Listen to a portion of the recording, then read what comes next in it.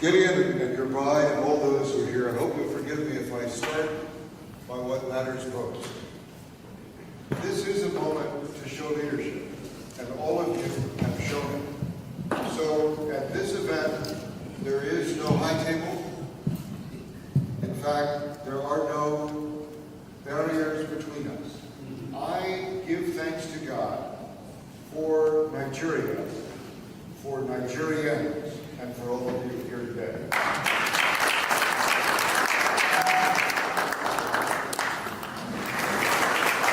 This is a nation that has more than 500 languages.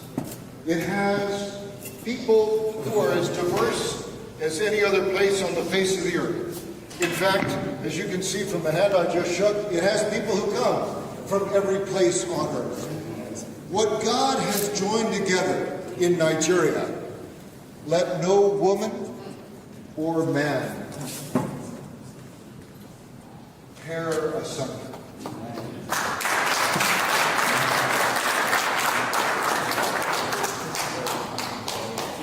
So that's why we're here, and that's why the importance of this day. Now let me just, if I may, share with you the thoughts that I'm sharing with every Nigerian leader. Number one, the elections in Nigeria are Nigeria's elections. These are not elections in the United States or any other country. What matters in these elections is you, Nigerians. It will define not only who will lead you in the next few years, but also, I think, it will define where Nigeria will go. This is your choice, and the world will respect your choice. The goal of these elections, as we're reminded today, is that they lift up the credit of Nigeria. That's the goal. It is not the leaders who are asking you to do violence in elections. It might be somebody in the middle who seeks some personal advantage. So say yes to Nigeria by saying no to violence. If you do, your conscience, your God, your law, public opinion, and the world will commend you. And if you don't, first you will be tried by your own conscience, second by your own law, third in the court of public opinion in Nigeria, and eventually by all of us.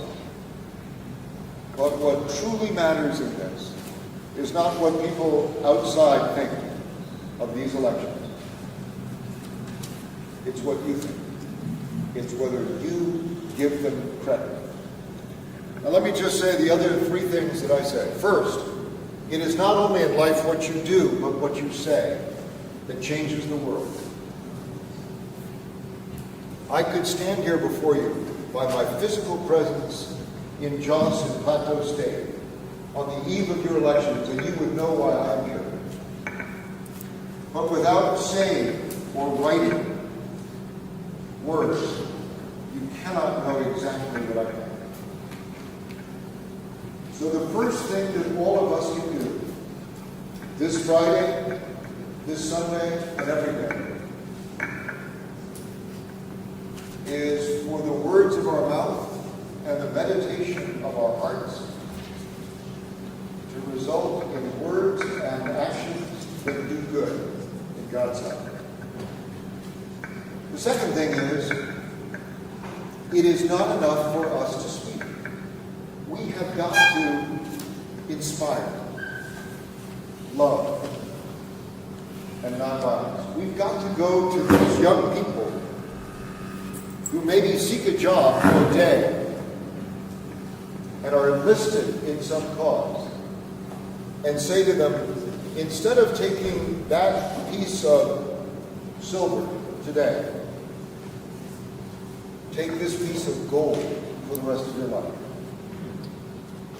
Nigeria peaceful, free, democratic, leading at the same moment the future for all Nigerians and an example for all mankind. The last thing I say is this.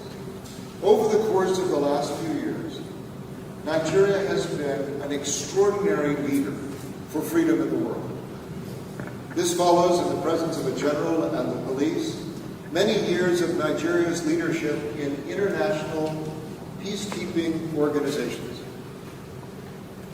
Nigeria has led in recent years because of the credibility of the 2015 election. When others sought to go another way, Nigeria has said, no, follow us. This has been precious in the world. This has been precious in West Africa. This has been precious in Africa. This has been not the shot heard around the world, but the star seen around the world. This has been you.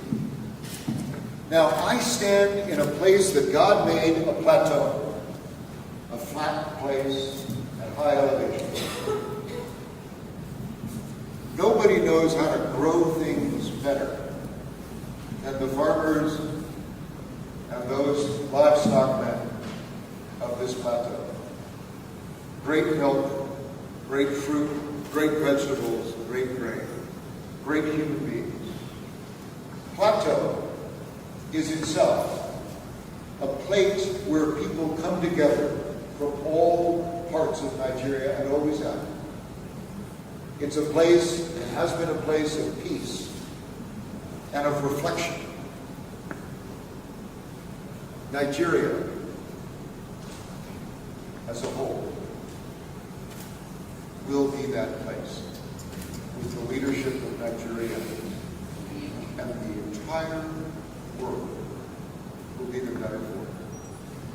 I am filled with joy every single day in Nigeria.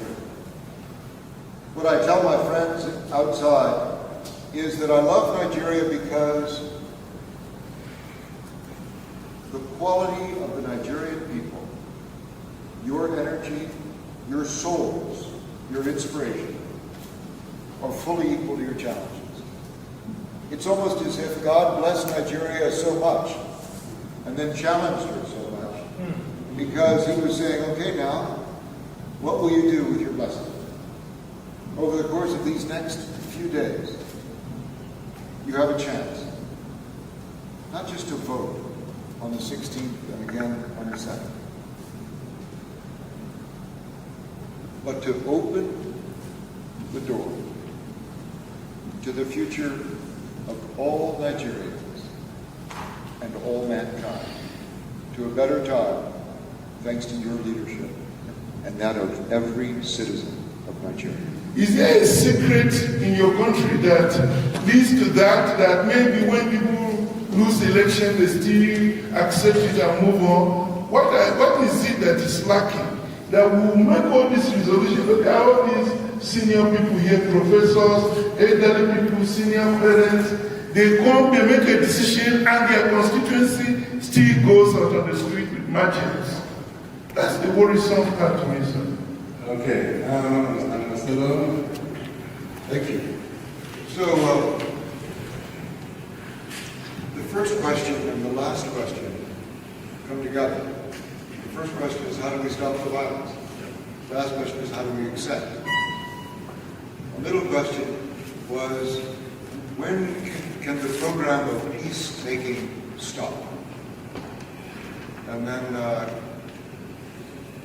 I think that the simple answer to the most important question, which is, how do you separate peace and justice, holds the key to answering all those other questions.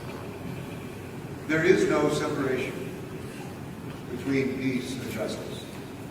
The absence of violence is not the presence of peace. Because if there is a threat, then you know that peace is going to be disrupted just around the corner. So I think the answer to the question for the man from Southern Plateau, the leader from Southern Kaduna, is this. I think there are three kinds of things that are involved. The first is moral teachings, civic education. Every person should not only know what their privileges are or rights under a country, but they should also know what their obligations are. And these obligations do not start when they pay the first tax or when they vote the first time. These obligations start as young as they are able to act in a way that is lawful and peaceful and kind or not. So for me, part one of the answer to the question, and it's also the answer to the last question, is for citizens to be empowered by the knowledge of their own moral and legal and justice code. Every policeman in the world, and certainly every soldier, knows that there is no lasting security brought to you just by security forces. Security that lasts is only brought when behind every soldier there's a family and a society who stand with that soldier. And behind every policeman, there's a community that supports that policeman. So number one is education and values. Number two, and this again goes to the story of how do you move forward when people disagree. First, if you lose an election, I would not always invoke God as saying God gave it to the other guy. Elections are not acts of God. They are absolutely acts of men and women. So I wouldn't either give him the credit or give him the blame for whether you win or lose. And they are certainly not war. But the question, how do you then inspire people? How do you have a program of peace that lasts forever? The answer is peace, P-E-A-C-E, has to be united in every heart with the notion of I have a piece of the future. I have a better peace or fortune in me. And I'll come back to that in a second. So, external peace depends on internal peace. And internal peace depends on having a piece of hope, a piece of bread, a piece of fortune, a piece of justice, a piece of honor. So the second thing I think you can do is what we do in institutions and what you do in your faith, in your community. When somebody like an imam brings hundreds of people from another faith into his protection and saves their lives. Or when a minister does the same thing, we should lift them up forever. And every person should know their name and speak it. So that those youths, when they're being asked to do something else, when they're told doing something else is the right thing, those youths who have a civic education will now have, Archbishop, concrete examples in their community, compelling, moving examples of what the right thing is, while others urge them to do the wrong thing. And that's the second thing. It is to create heroes, like a woman who wouldn't get off the bus, or like an imam who saves lives. But then there's the third point, and it goes to this broader notion of justice.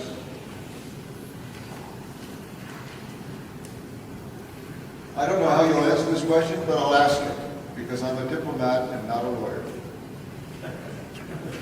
Does anybody in this room think that in Nigeria today, too many people depend on politics and the government in order to make a living? Anybody? Yes. Could I have a show of hands? How many of you think that's true in Nigeria? I would expect every hand to go up. So you all, as a practical matter, the third answer is this. It's true in Kaduna. This is the heart of a lasting program for peace. It's the heart of justice, and it's the heart of what's happening in America, where we still have post-election disputes. We haven't gotten past that. But the heart of it is this. People need to be able to make a living. They need a piece of the future in their own hands. So the economic empowerment of women and men all across the country, the private sector, not paid for by some foreign donor or some kind person here, but in nature, I think there are two great forces. One is gravity, and the other is the desire of a person to take care of those he loves. We have to somehow harness that second force so that the goods and services produced by brilliant and energetic Nigerians all across this country, first, are the best value for money of any product sold in Nigeria, and so you sell them to Nigerians. Not because they're protected by government, but because they are created by Nigerian producers. And when Nigeria is producing, here in Jos, potatoes, the very best that it can possibly do, and packaging tomatoes and other fruits, strawberries, when you are doing this, and the quality of your production is not just world class, but World Cup winning class. Every Nigerian will buy your product, and every person around the world will see it. In the United States, we have a goal for the next 20 years. It is all around the world, and especially here in Nigeria and in Africa, to make the idea of made with America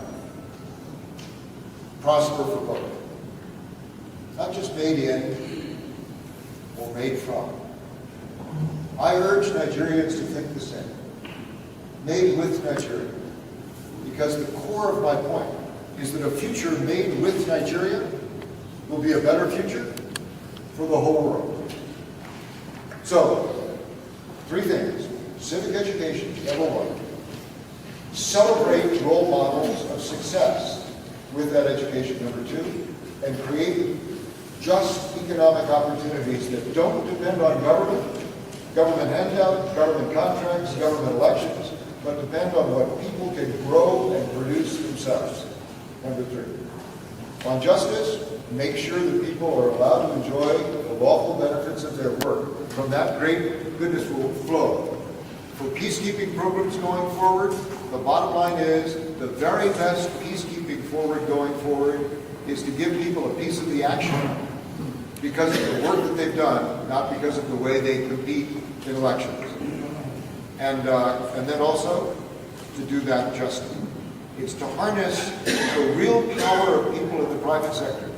And then finally, what we do in the United States is we continue to work on all of those things. You know, Jos is known, Plateau is known by many outside for that incredible balance of great stones on smaller stones that you see on the side of the road as you come here. Think about those stones. Those stones were once mighty mountains, like Aso Rock or Zuma Rock. And over time, they weathered until they look as they do today. Each one of those stones, we celebrate the big stone, like justice and freedom and democracy, balanced on the little stone. We say, how can it stand? Justice, peace, governance, our future are like that rock. They stand because of gravity, and they stand because the foundation of the stone is strong. There will come a time, as you can tell from looking across this land, when all of those stones will fall. And then other mountains will be raised up, and the process will begin again. No nation, no geography is fixed forever in time. That would not be peace. That would be death.